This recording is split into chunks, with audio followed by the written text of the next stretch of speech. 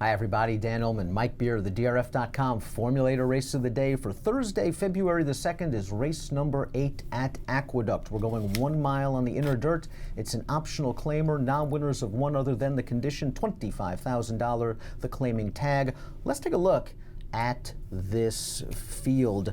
You've got some interesting runners in here. I think everyone will agree that the number 5, Annie Rocks, is going to go off favored. This horse just missed basically at this level last time out in December the 11th, and she was kind of up against it from a pace standpoint. Yeah, the pace was not a fast one, that's for sure. And I think it probably compromised her at least a little bit. I mean, she got right up to even terms with the winner in mid-stretch, but I guess she had to do enough work to get there that it wound up costing her at the end. I mean, she just missed. I thought she ran really well. She ran really well in her dirt start prior to that as well. It was against cheaper horses going 7 furlongs in an off-the-turf race at Saratoga.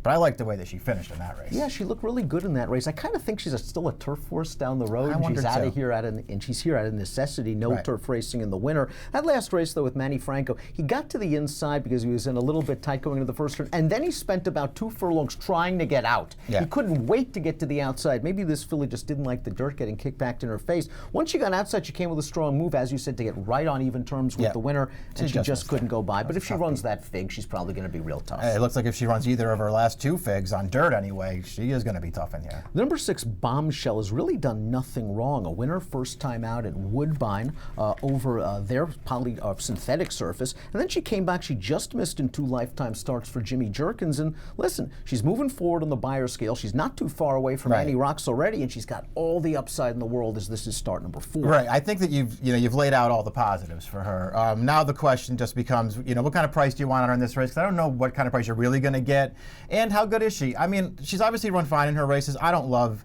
either of the 2 races since she got to New York. I don't really see any excuses for her not to win either one of those 2 races, but I guess she ran fine. Riot Worthy has won 2 out of her last 5 races. Not bad for a filly that started her career, and it looked like maybe she was on the road to seconditis status. But Riot Worthy now is going to have to stretch up after a nice solid win on December the 14th. But these little layoffs are worrisome for me. I'm not sure if 2 turns is really what she wants. That's my biggest question with her. I think she's a good horse, and obviously if you just go sort of picking apart her races and look at the dirt routes that they've run her in, she's run fine in all of them.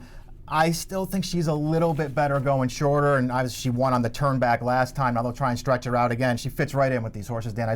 I don't know if she really is a 2-turn route horse. Family of Roses, 3rd last time out. She had to come a little bit wide turning into the stretch. She's a solid enough mare, capable recently of running Beyers in the high 70s. She's going to have to run a little bit faster. She has done it in the past. I'm just not sure this 7-year-old at this point in her career can do it against this field. I'm not sure if she can either. She's going to need a setup as well. I mean, she'll run her race, that's what she does, but she needs a little bit of pace. She likes to sit it out and come from out of it, and we'll see if the pace develops for her. Delay of Game was a blowout maiden winner at Parks, winning off by almost 10 lengths, but in 2 starts at Parks against winners, just hasn't had that stretch oomph. I mean, she was in against a blowout winner last time out in a race that's produced 3 next out winners, including the runner-up who came back to score with a 79. At least she's got speed and a very smart rider. Well, she does have the pace, and we were talking about how Family of Roses is going to need some pace to set her up. This is the speed in the race, I think. I think they'll send her to the front here and see how far she can take them.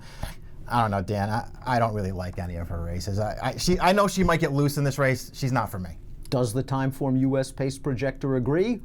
Let's take a look. It does agree. We think that the 2, Delay of Game, is going to go to the front, and not surprisingly, the stretch-out sprinter, the 7, Riot Worthy, who's been up close to the pace in several races in the past, will be sitting 2nd. We expect the Jimmy Jerkins runner, Bombshell, to be 3rd. Do you think Annie Rocks will be this far back? I mean, I just felt like she's more of a mid-pack kind of horse. Obviously, she was only within a couple of lengths of that pace last time, but as you pointed out, they were walking in there. And the pace projector does say favors horses on or near the early lead, so it might be up to Irad, who is normally patient aboard the morning line favorite, the 5, Annie Rocks, to try to get her close to the pace. Getting back to Annie Rocks real quick, I want to throw up a quick formulator fact for her good trainer, Jason Service. It's a limited positive fact over the past 5 years with older dirt routers off a little layoff in optional claimers at Aqueduct, 36%, a $2.93 ROI. She's just a fairly consistent filly. She tries hard in all of her races, well connected, and is the horse to beat. Just got out, the number 1 comes off the Carlos Martin claim. I actually thought she ran pretty well last time. The problem was just because of cheaper horses. Yeah, I liked her effort last time. I agree with you. I think she did run well. Now they're going to step her up and do a tougher spot, though, off the claim. Carlos Martin, that's not his thing. 2 for 52 the last 5 years off the claim. This is a horse to watch to see where he enters her next, because she's actually in pretty good form. This is a horse that might be able to run a sneaky good fourth in here, make up your superfecta, and then perhaps drop in class, can score at a nice price. All right, time for our selections for race number 8 at Aqueduct, your Thursday formulator race of the day. I chalked out. I went with Annie Rocks. I apologize. But I'm interested in your selection in here, the 3 Road to Perfection, because while she seems a little bit slow in her last 2 races, that race 4 starts back. Hints that she's got a race in her that can beat these horses. Yeah, she was pretty impressive in that race. I know it was a race scheduled for turf in a maiden 40, but she was pretty impressive in there. It was the first time they stretched her out, which I really feels like she wants to do. Her sprint race off the layoff, or short layoff, 2 starts back, she ran great in there. I mean, it doesn't look like she was ever involved in that race, but that was that inside speed track. She had a steady early in that race. I thought she ran really well that day. And last time, listen, she was a good price. That was the right kind of field for them to run her in, but they stretched her back out. That was another day. The rail was gold, and she rode it for a while, but he had to go to the outside with her off the turn, all through the stretch, dueling with the big favorite in there. Took a couple bumps from that horse. Still out-finished her. I think that race is better than the 66.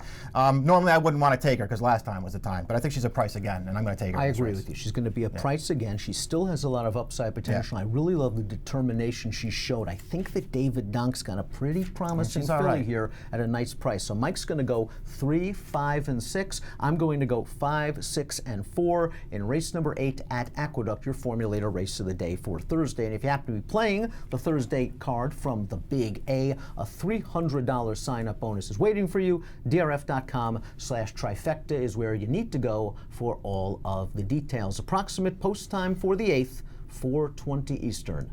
Best of luck.